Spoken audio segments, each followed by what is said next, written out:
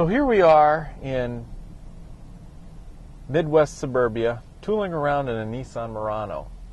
The Murano was one of the earlier crossovers to the premium, upscale, suburban market. And when it came out, I think people like myself were a little bit skeptical about it, largely because it really didn't make sense.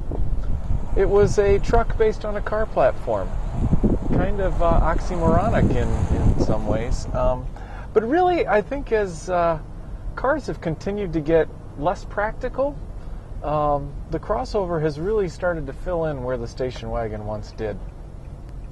And so this vehicle, when put in the context of just something not for the enthusiast, someone who just wants to, kind of stick out as being maybe a little bit out of the ordinary, the Murano sure fits the bill. Nissan has been doing some very bold designs lately, whether it be the Murano, whether it be the Quest, whether it be the Maxima.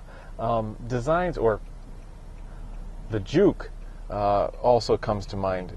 None of these cars are beautiful. The Murano sure isn't. But it's distinctive.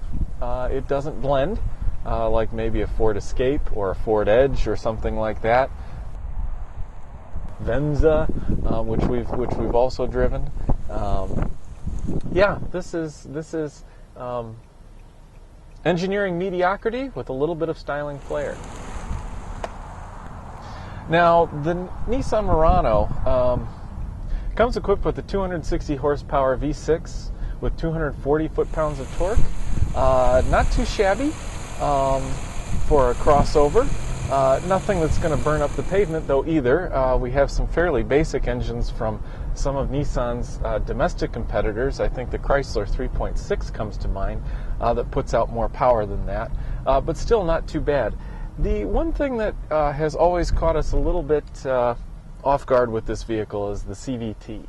CVT is not generally known as being the enthusiast transmission of choice.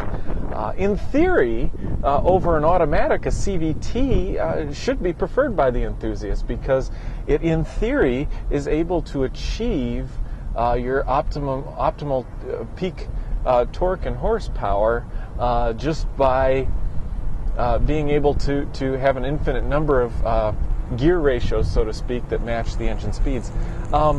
This one, not too bad, not too great. It is interesting in that it does not have really precise shift points. Some CVTs have been designed to have such things because owners are used to hearing the vehicle shift. This does slide into gears pretty nicely. So it's a fairly nice piece of automatic equipment. Nothing too spectacular, but something quite livable as well. Looking around at the interior on this Murano, it's kind of a hodgepodge of high quality and low quality. Nice, soft armrests, both on the door and on the passenger, or on the center console. We have some interesting metallic-looking plastics around the climate control. That's kind of interesting. Not overly compelling, but interesting.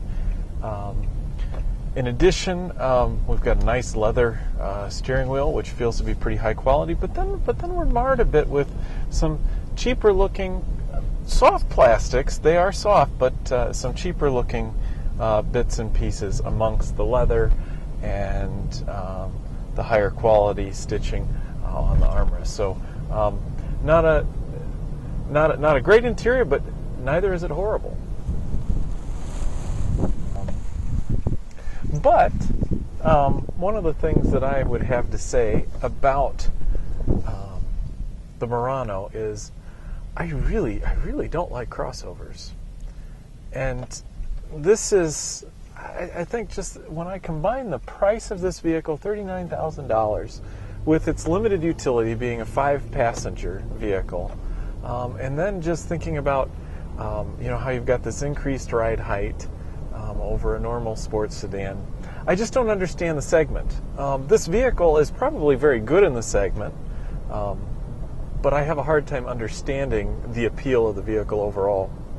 And in fact, I did get a comment today from a passerby who said, what kind of vehicle is this? I said, well, it's a Nissan Murano. And they said, they managed to make it uglier. And, you know, I must give Nissan credit for coming up with something that's unique looking and not bland. The Japanese, I'm afraid, have quite the reputation, deserved reputation, of building ordinary looking vehicles, especially if you look at Honda and Toyota. Nissan has deviated from that, thankfully, but they have managed to make some very ugly vehicles in the process. So the Murano, not pretty, very distinctive, but not sure that it really benefits from that added character. So what do we really have? A middle-of-the-road crossover that does nothing exceptionally well, does nothing exceptionally poorly, and also looks very strange.